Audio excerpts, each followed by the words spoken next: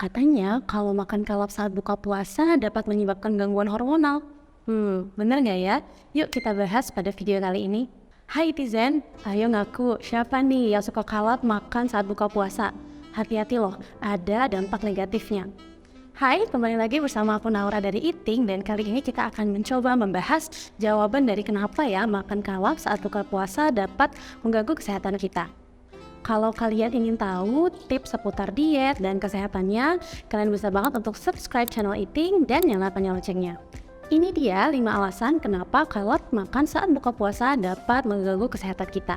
Yang pertama adalah meningkatkan proporsi lemak tubuh. Makan secara berlebihan dapat berujung kepada pemasukannya kalori yang terlalu berlebihan ke dalam tubuh, bahkan melebihi dari apa yang sebenarnya kita butuhkan. Jika memang kalori yang kita masukkan dan yang keluar atau terbakar itu tidak seimbang dan malah lebih banyak yang dimasukkan, maka kondisi ini disebut sebagai surplus kalori. Nah, kelebihan kalori dalam tubuh sendiri disimpan dalam bentuk lemak. Faktanya, kalau kita memiliki kadar lemak simpanan yang berlebih, maka akan meningkatkan risiko seseorang terkena penyakit tidak menular seperti jantung dan stroke. Bagi netizen nih yang mau makan makanan banyak setelah buka puasa, misalnya mengunjungi restoran all you can eat, maka harus diperhatikan betul-betul dan cobain deh tips ini. Nah, netizen bisa untuk memulai makannya dengan mengkonsumsi terlebih dahulu makanan yang tinggi serat seperti sayur dan buah sebagai appetizer, baru bisa move ke main course-nya, yaitu makanan yang kadar karbo atau lemak dan kalorinya lah istilahnya itu akan lebih banyak. Yang kedua, perut bergas atau bloating. Makanan yang umumnya menyebabkan perut yang terasa kembung atau bergas adalah makanan yang mengandung kadar lemak yang tinggi. Mungkin dari kita saat setelah makan makanan yang berlemak tinggi itu terasa mungkin begah dan perutnya itu akan penuh lebih lama gitu ya dibandingkan dengan jenis makanan lain. Itizen tahu nggak sih kalau misalnya dalam tubuh kita, khususnya dalam usus itu terdapat secara alami bakteri yang tumbuh dan tugasnya adalah untuk membantu proses pencernaan. Nah, pada saat makanan itu masuk ke dalam usus kita dan pastinya nanti jumlahnya itu terlalu banyak, akhirnya bakteri yang tadinya bekerja untuk membuang gas atau memproduksi gas selama proses pencernaan itu juga akan memproduksi gas yang juga semakin banyak. Akhirnya timbul rasa tidak nyaman atau kita sering bilang kembung ya atau bloating tadi pada tubuh kita.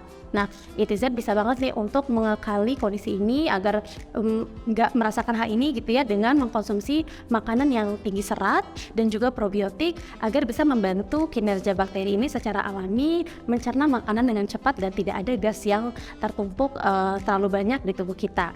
Nah, kalau misalnya bulan Ramadan ini ada kan beberapa makanan yang khas banget yang kita konsumsi. Nah, beberapa contoh yang mungkin kaya serat dan netizen bisa cobain adalah es rumput laut dan kurma, dan pastikan konsumsinya itu sebelum makan makanan inti yang kadar kalorinya lebih tinggi. Yang ketiga adalah kesulitan untuk bernafas. Banyak dari kita yang mungkin udah nahan-nahan banget nih godaan-godaan selama puasa dan akhirnya cenderung untuk balas dendam saat waktu buka puasa. Padahal hal ini akan cukup berbahaya loh netizen, bahwa saat dilakukan maka akan menyebabkan kita kesulitan untuk bernapas. Hal ini sebenarnya karena analoginya saat makanan itu masuk ke dalam perut kita, yaitu salah satu organ pencernaan yang dilewati adalah lambung. Lambung saat menerima masukan makanan yang tergolong banyak nantinya akan cenderung untuk melebar dari kapasitas normalnya. Akhirnya karena posisi dia itu di atas organ lain, maka dia akan cenderung untuk menekan organ yang ada di bawahnya, yaitu otot diafragma. Sebagaimana yang kita tahu, otot diafragma ini adalah bagian dari organ-organ yang mendukung proses pernafasan. Akhirnya udara yang masuk ataupun yang diambil untuk proses pernafasan itu akan terganggu karena terhambat tadi dari lambung yang sudah melebar. Jadi netizen disarankan untuk makan dalam porsi secukupnya dan caranya itu pasti perlahan-lahan. Karena secara alami tubuh itu membutuhkan cukup waktu lah sekitar 20 menit untuk mengirimkan sinyal kenyang kepada otak kita. Yang keempat adalah mengganggu regulasi rasa kenyang dan lapar. Di dalam tubuh manusia terdapat 2 jenis hormon yang mengatur regulasi rasa kenyang dan lapar atau nafsu makan kita, yaitu hormon grelin dan leptin. Hormon grelin berfungsi untuk memicu rasa nafsu makan, sedangkan leptin sebaliknya menahan rasa nafsu makan. Nah, kalau misalnya kita memakan makanan berlebihan dan berulang-ulang, nantinya akan merusak keseimbangan siklus kedua hormon ini. Nah, di satu sisi saat tubuh kita itu menerima sinyal bahwa kita sendiri makan makanan yang kadar GGL-nya tinggi atau garam, gula, dan lemaknya tinggi dalam porsi yang banyak, tubuh secara alamiah akan memproduksi hormon pelepas rasa senang atau disebut hormon dopamin. Ditakutkan jika tubuh terbiasa dengan mekanisme ini, akhirnya nantinya kita akan mencoba untuk terus-menerus melakukan perilaku itu agar bisa merasa senang. Padahal nyatanya seharusnya seseorang itu makan di saat kita sudah merasa lapar, dan hal tersebut akan terus berlanjut jika gangguan ini tidak segera ditangani. Dan yang kelima adalah gampang untuk ngantuk. Nah, mungkin dari kita sehabis buka puasa itu banyak aktivitas yang harus kita lakukan. Entah itu ibadah tarawih, entah itu mengerjakan tugas bagi yang masih kuliah ataupun bekerja. Bahkan ada yang harus tetap bekerja gitu setelah waktu buka puasa tiba. Dan hal ini akan diperparah gitu prosesnya karena akan sulit untuk kita melakukan aktivitas tersebut jika makan terlalu banyak. Hal ini dikarenakan beban tubuh untuk mencerna makanan akan bertambah banyak. Padahal umumnya tubuh itu membutuhkan waktu sekitar 30-40 menit lah untuk mencerna makanan, dan bayangkan saja jika makanan yang lebih banyak, berarti waktunya juga akan semakin banyak.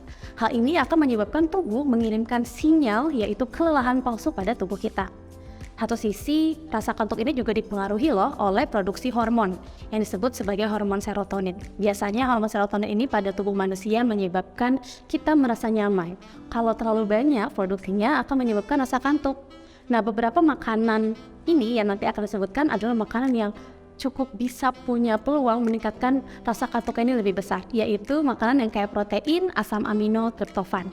Dan makanan yang banyak kandungan triptofannya ini berasal dari ayam, telur, dan produk dairy atau produk olahan susu. Jadi hati-hati netizen, kalau misalnya makan makanan yang mengandung triptofan dan berlebihan, maka rasa kantuk yang disebabkan akan lebih banyak.